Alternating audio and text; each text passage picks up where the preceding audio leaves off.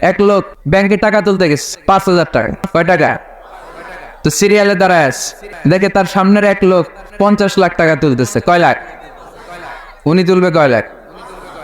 তো হঠাৎ করে দেখলো যে সামনের লোকটা যে 50 লাখ টাকা তুলবে ও লিখছে 50 লাখ টাকা মাত্র। যত বড় অঙ্কই হোক শেষে কি লিখতে হয়? তো ক্যাশের মধ্যে লিখছে, চেকের মধ্যে, যে 50 লক্ষ টাকা মাত্র।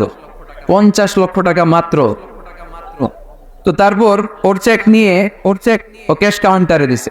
ক্যাশ কাউন্টার দেখতেছে উনি লেখছে 5,000 টাকা নাই। 5,000 টাকার পরে কি লেখছে? নাই।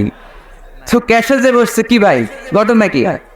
এত ক্লায়েন্টের সাথে ফিনান্সিয়াল ট্রানজাকশন হ্যান্ডেল করি, আমার জীবনে কাউরে তো টাকার সংখ্যার পরে নাই লিখতে দেখি নাই। ঘটনাটা কি? তো সে বলতে শুরু করলো, ভাই আমার আগে দেখলাম একজন 50 লাখ টাকা তুলছে, তো 50 লাখ টাকা যদি মাত্র হয়, আমার 5,000 তো নাই।